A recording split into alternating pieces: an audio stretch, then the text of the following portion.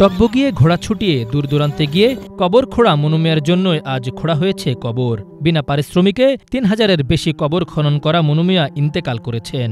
এতে করে এক নিঃস্বার্থ মানুষের গল্পের সমাপ্তি হল। সে অনেক ভালো মানুষ আছে, সে গুরুস্থান করবার লাগি এর একটা নিশা, বিনা পয়সায় সে বিনা খাওয়ায় জীবনটা কাটাই আছে। সে একটা ঘোড়া আছে, ঘোড়াটা দৌড়াইয়া যা গুরুস্থান খুঁজ যাইছে। কিছুদিন আগে মনু মিয়া যখন হাসপাতালে ছিলেন তখন কে বা কারা তার ঘোড়াটিকে হত্যা করে। এখন তিনি নিজেও চলে গেলেন পরপারে। তার মৃত্যুতে এলাকায় বিরাজ করছে শোকের ছায়া। ভালো মনের মানুষ ছিলেন আমার জানা মতে। উনি বাচ্চাদেরকে চকলেট নিয়ে পাড়ায় পাড়া যাইতেন, আর বাচ্চারা যখনই তার আওয়াজ পাইতো তখন তার কাছে চলে আসতেন যে মনু দাদা আসছে। উনি ৩,০০০-এর বেশি গুড় খনন করেছেন বিনা পারিশ্রমিকে। তো আল্লাহর জন্য ওনাকে ক্ষমা করে দেন।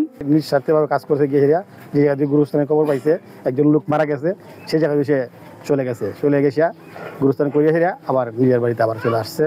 কোনো খাওয়া দাওয়ার চিন্তা বলে নাই, কোনোদিন যে খাইব এই ধরনের কোনো বলাবলি করে নাই। শনিবার সকালে কিশোরগঞ্জের ইটনা উপজেলার জয়সিদ্ধি ইউনিয়নের আলগাপাড়া গ্রামে নিজ বাড়িতে শেষ নিঃশ্বাস ত্যাগ করেন তিনি।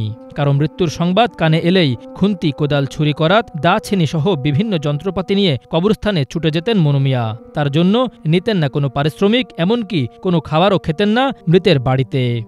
বিনা স্বার্থে ওই কবর খুঁজে আবার ওনার নিজ বাড়িতে চলে আসতেন। আর ওনার একটা ডায়েরি ছিল, ওই ডায়েরিতে ফুল উনি লেখাপড়া জানতো না, ওই ডায়েরিটা কাউরে না কাউরে দিয়ে লেখায় রাখতো সুন্দর করে। যে লেখাটা লিখতো আবার ওইটা রঙিন কালি দিয়া মার্ক করে রেখে দিত। জীবিত থাকা অবস্থায় বাংলাভিশনের সঙ্গে কথাও বলেছিলেন মনু মিয়া। আমি দেশ বিদেশ যাই, ঢাকা যাই, সিলেট যাই, নানান দেশে যাই, গিয়ে আমি এক অবস্থান করি। আমার একটা ঘোড়া আছে, ঘোড়া লইয়া দেশ বিদেশ 20 মাইল 30 মাইল জায়গা আমি যাইতে পারি। এটা দমাই জিনিস তো, আমি 20-30 মাইল জায়গা যাইতে পারি, আমি গিয়া অবস্থান করতে পারি। করে সারিয়া আমি সুন্দর করিয়া গুরুস্থানটা করিয়া আমি বাড়িতে রওনা দিয়া বাড়িতে আই।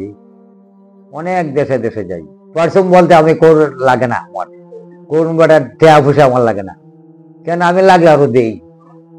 যদি কাপড় চোপড় লাগে আমি আরো দিতে রাজি, বাস লাগলে আমি টেহা দিতে রাজি। জানা যায় 2 ভাই ও 3 বোনের সংসারে মনু মিয়া ছিলেন তৃতীয়।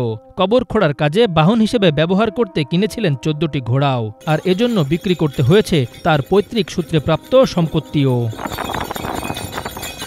৬৭ বছরের জীবনের সুদীর্ঘ ৪৯টি বছর তিনি পার করেছেন কবর খুঁড়ে। মনু মিয়া শুধু একজন কবর খননকারী ছিলেন না, ছিলেন মানবিকতার প্রতীক, যিনি মানুষকে ভালোবাসতেন মনে প্রাণে। মৃত্যুর পরও তিনি বেঁচে থাকবেন কোটি মানুষের অন্তরে। Banglavision news desk.